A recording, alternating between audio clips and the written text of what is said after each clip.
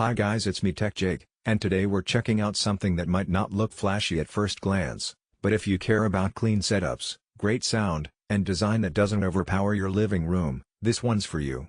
This is the ES-350-SNDBAR-60-BLK, basically the 350 series 3-channel passive soundbar built for TVs that are 65 inches or larger, finished in black. Now right out of the box, this thing is designed for people who want to step up from the built-in TV speakers without going full-on into a massive home theater receiver and tower speaker setup. Passive soundbars are a little different from the typical plug-and-play soundbars you might be used to. They don't come with amplification built in, which means you pair them with an AV receiver or amp to get the best out of them. So, if you're into home theater setups and want something slim, stylish, and capable of delivering clear dialogue, strong mid-range, and solid front-channel sound, this is where a passive soundbar shines. Design-wise, the ES-350 is sleek and minimal.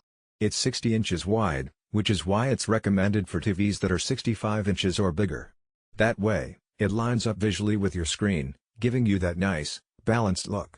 The matte black finish isn't flashy, and that's intentional, it blends in. You mount it under your TV, and it just disappears into the setup. Honestly, that's one of the biggest appeals here.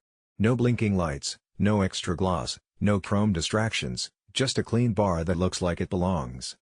Now, when we talk about sound, this is a 3-channel setup. What that means is you're getting dedicated left, center, and right channels in one slim form factor. The center channel is especially important because that's what carries dialogue in movies and TV shows. With a lot of basic TV speakers, you end up with voices that sound thin or get lost in the mix.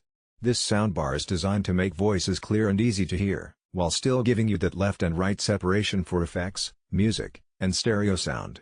So if you're watching action movies, you're going to notice explosions and effects spreading across the screen, but you'll still hear voices cutting through in the center. And here's the thing about passive soundbars, they're built with the same philosophy as high-quality bookshelf or tower speakers. Instead of cramming in DSP, wireless chips, and budget tabs, you're just getting well-tuned drivers and enclosures. That means the sound quality largely depends on what receiver you pair it with. If you've got a solid AV receiver, you're going to unlock way more potential than you'd ever get from a self-powered budget soundbar. It's scalable. And that's kind of the point. If you're already in the home theater ecosystem, this soundbar is a clean, space-saving front-channel solution. Now, let's talk build quality. The enclosure feels sturdy, solid, and not cheap at all. The black grille across the front is clean, and you don't see any screws or distractions. The back has the proper terminals for hooking up to your receiver. Everything about it feels intentional and made for people who actually care about long-term setups rather than disposable audio gear. One of the things I really like is how this integrates into a living room. A lot of soundbars out there, especially active ones, are kind of chunky, tall, or have branding all over them. This one's slim enough that it doesn't block the bottom of most TVs, and it looks like part of the TV instead of an accessory. If you wall mount your TV, you can mount this right under it, and the aesthetic just works.